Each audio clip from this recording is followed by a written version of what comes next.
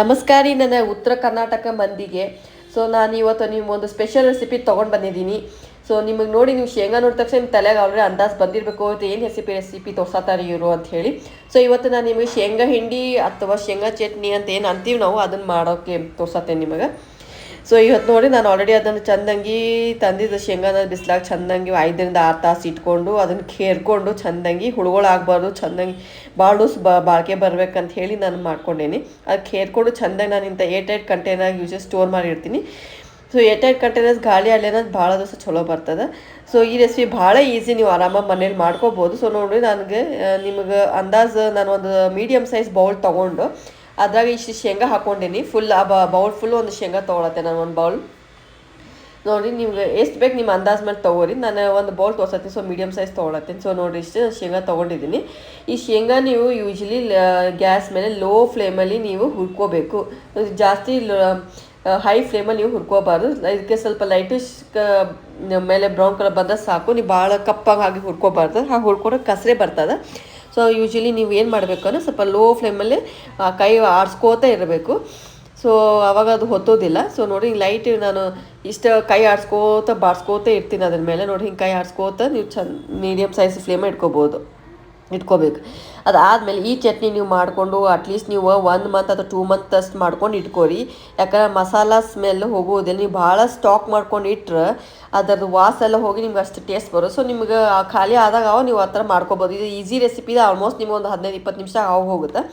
So ಇದನ್ನು ನೀವು ಭಾಳ ಸ್ಟಾಕ್ ಮಾಡಬೇಡ್ರಿ. ಸೊ ನಿಮ್ಗೆ ಯಾವಾಗ ಬೇಕಾದಷ್ಟು ಮಾಡ್ಕೊರಿ. ಇದು ನಿಮಗೆ ಚಪಾತಿ ರೊಟ್ಟಿ ಜೊತೆಗೆ, ಆಮೇಲೆ ನಿಮಗೆ ಬೇಕಾದರೆ ನೀವು ಇಡ್ಲಿ ಮೇಲೆ ತುಪ್ಪ ಹಾಕ್ಕೊಂಡು ಪುಡಿ ಇಡ್ಲಿ ಥರನೂ ತಿನ್ಬೋದು. ಭಾಳ ಟೇಸ್ಟ್ ಇರ್ತದೆ. ಮಾಡಿ ನೋಡಿರಿ ಮನೆಗೆ. ಸೊ ಏನೇ ನಿಮ್ಮ ಡೌಟ್ಸ್ ಏನೇ ನಾನು ಕಮೆಂಟ್ ಸೆಕ್ಷನಲ್ಲಿ ಹೇಳ್ಬೋದು. ನಾನು ನಿಮಗೆ ಅಲ್ಲೇ ಕ್ಲಾರಿಟಿ ಕೊಡ್ತೀನಿ.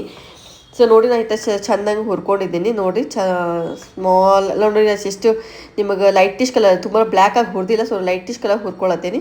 ಸೊ ನೋಡಿ ನಾನು ಆಲ್ರೆಡಿ ಗ್ಯಾಸ್ ಆಫ್ ಮಾಡ್ತೀನಿ. ಸೊ ಇದನ್ನು ಸ್ವಲ್ಪ ಆರಾಗಿ ಬಿಡ್ತೀನಿ. ಸೊ ಬಿಸಿ ಇದ್ದಾಗ ಇದನ್ನು ಮಾಡೋ ನೀರು ಬಿಡ್ತದೆ. ಸೊ ಅದಕ್ಕೆ ಇದನ್ನು ನಾವು ಆರಾಗಿ ಬಿಡಬೇಕು. ಆಮೇಲೆ ಅದು ಮ್ಯಾಲಿನ ಸಿಪ್ಪಿ ಸುಲ್ಕೋಬೇಕು ನಾವೆಲ್ಲ. ಸೊ ನೋಡಿ ಈಗ ನಾನು ಒಂದು ಚಾಪ್ ಬೋರ್ಡ್ ಮೇಲೆ ಬೆಳ್ಳುಳ್ಳಿ ತೊಗೊಳತ್ತೀನಿ. ಸೊ ಬೆಳ್ಳುಳ್ಳಿ ಕಂಟೆಂಟ್ ಸ್ವಲ್ಪ ಜಾಸ್ತಿ ತೊಗೊಂಡ್ರೆ ಭಾಳ ಒಳ್ಳೆಯದು. ಹುಡುಗರಿಗೂ ಒಳ್ಳೆಯದು, ನಮಗೆ ಮೈಗೂ ಒಳ್ಳೆಯದು, ಪ್ರಕೃತಿಗೂ ಭಾಳ ಒಳ್ಳೆಯದು. ಸೊ ನಾನು ನಮ್ಮ ಮನೆಯಾಗ ನಮ್ಮ ಹುಡುಗರೆಲ್ಲ ಬೆಳ್ಳುಳ್ಳಿ ಬಾಯಿಗೆ ಸಿಕ್ಕರೆ ಒಗಿತಾರೆ ಅಂಥೇಳಿ ನಾನು ಇಲ್ಲಿ ಒಂದು ಸ್ವಲ್ಪ ಜಾಸ್ತಿನೇ ಎಡ್ಸುಗಳು ತೊಗೋತೀನಿ. ಸೊ ನೋಡಿ ಇದೆಲ್ಲ ಚೆಂದಾಗಿ ಸುಲ್ಕೋತೀನಿ. ನಾನು ಇಲ್ಲಿ ಆಲ್ಮೋಸ್ಟ್ ಅಂದಾಜು ಒಂದು 7-8 ತೊಗೊಂಡಿದ್ದೀನಿ. ಸೊ ನೀವು ಈ ಥರ ಜಾಸ್ತಿ ಬೇಕಾದ್ರೆ ಜಾಸ್ತಿ ಹಾಕೋಬೋದು, ನೀವು ಕಡಿಮೆ ಬೇಕಾದ್ರೆ ಕಡಿಮೆ ಹಾಕೋಬೇಕು. ಜಾಸ್ತಿ ಹಾಕಿದ್ರೆ ಅದರ ಟೇಸ್ಟ್ ಬರ್ತದೆ. ಸೊ ನೋಡಿ ನಾನು ಇದು ಹಾಕ್ಕೊಂಡಿದ್ದೀನಿ. ಆಮೇಲೆ ಇದನ್ನು ನಾವು ತುರ್ಕೋಬೇಕು.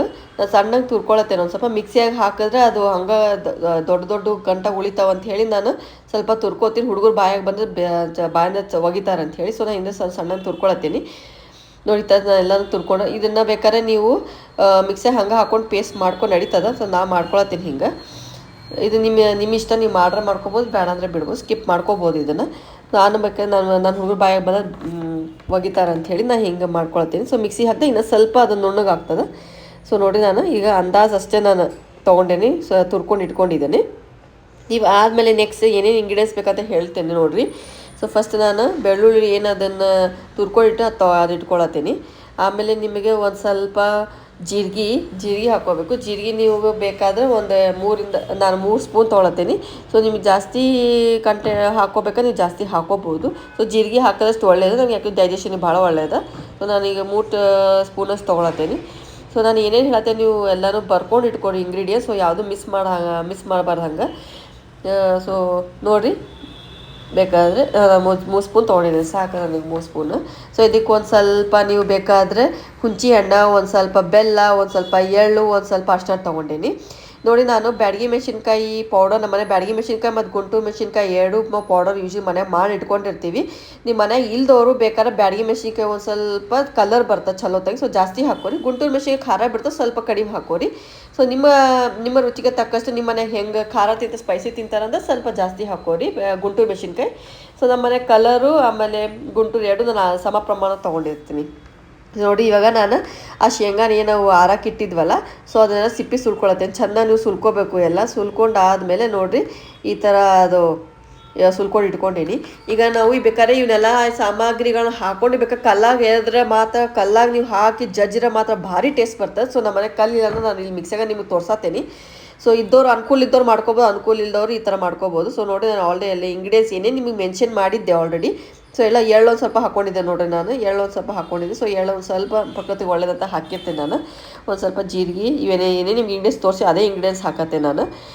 ಮೇಲೆ ಒಂದು ಸ್ವಲ್ಪ ನಾನು ಉಪ್ಪು, ಒಂದು ಸ್ವಲ್ಪ ನಾನು ಹಿಂಗೆ ಹಾಕ್ಕೋತೀನಿ. ಆಮೇಲೆ ಲಾಸ್ಟಲ್ಲಿ ನೋಡಿ ಇಲ್ಲಿ ನಾನು ಹಾಕ್ಕೊಳತ್ತೀನಿ, ಖಾರದ ಪೌಡರ್ ಹಾಕ್ಕೊಳತ್ತೀನಿ. ನೀವು ಬೇಕಾದ್ರೆ ಬ್ಯಾಡಗಿ ಮೆಣಸಿನ್ಕಾಯಿ ಅಥವಾ ಗುಂಟೂರು ಮೆಣಸಿನ್ಕಾಯಿ ನಿಮ್ಗೆ ಹಾಕ್ಕೋಬೋದು. ನಾನು ಹಿಂಗೆ ಹಾಕ್ಕೊಳತ್ತೀನಿ. ಸೊ ನೋಡಿರಿ, ಸೊ ಇದನ್ನೇ ಜಾಸ್ತಿ ತುಂಬ ಲೈಕ್ ಸಿಲ್ಕಿ ಸ್ಮೂತ್ ಇದು ಪೌಡರ್ ಥರ ಮಾಡೋಂಗಿರೋದಿಲ್ಲ. ಸ್ವಲ್ಪ ನೀವು ಕೋರ್ಸ್ ಗ್ರೈಂಡ್ ಮಾಡ್ಕೋಬೇಕು. ಸೊ ನಾನು ಹಿಂಗೆ ಹಾಕ್ಕೊಂಡಿದ್ದೆ ನೋಡಿರಿ ಈಗ. ಆಮೇಲೆ ನೋಡಿರಿ ಒಂದು ಸ್ವಲ್ಪ ನಾನೀಗ ಕೋರ್ಸ್ ಗ್ರೈಂಡ್ ಮಾಡಿದ್ದೀನಿ ನೋಡಿರಿ. ಭಾಳ ನೀವು ಸ್ಮೂತ್ ಮಾಡೋಂಗಿಲ್ಲ ನೋಡಿರಿ, ಬಾಯಾಗಿ ಸಿಗಬೇಕು ಅವು ಶೇಂಗಾ ನಿಮಗೆ. ಸೊ ನೋಡಿರಿ ಹೆಂಗೆ ಕಾಣತ್ತ, ಎಷ್ಟು ಕಲರ್ ಮಸ್ತ್ ಬಂದ, ಭಾರಿ ಕಲರ್ ಬಂದದ. ಸೊ ನೀವು ಇದನ್ನು ನೀವು ಬೇಕಾ 8 ಕಂಟೈನರ್ಸ್ ಇಟ್ಟು ಆರಾಮಾಗಿ ಮನ್ಯಾಗ ಸ್ಟೋರ್ ಮಾಡ್ಬೋದು. ಯಾರ್ಯಾರಿಗೆ ಈ ವಿಡಿಯೋ ಲೈಕ್ ಆಗದ ನೀವು ನಿಮ್ಮ ಫ್ರೆಂಡ್ಸ್ ಜೊತೆ ಶೇರ್ ಮಾಡ್ಕೊರಿ. ಹಾಗೆ ಕಮೆಂಟಲ್ಲಿ ನಿಮ್ಮ ಒಪಿನಿಯನು ಹೇಳಿ, ನೀವು ರೆಸಿಪಿನ ಟ್ರೈ ಮಾಡಿ ನನಗೆ ಹೇಳ್ಬೋದು. ಏನೋ ಡೌಟ್ಸ್ ಇರೋ ನೀವು ಕ್ಲಾರಿಟಿ ಮಾಡ್ಕೋಬೋದು. ಸೊ ಮೋರ್ ವೀಡಿಯೋಸ್ ನಿಮ್ಗೆ ಈ ಥರ ಕುಕ್ಕಿಂಗ್ ವೀಡಿಯೋಸ್ ಬೇಕಾದ್ರೆ ಪ್ಲೀಸ್ ನನ್ನ ಚಾನಲ್ಗೆ ಲೈಕು ಹಾಗೂ ಸಬ್ಸ್ಕ್ರೈಬ್ ಮಾಡಿರಿ. Thank you for watching. Bye.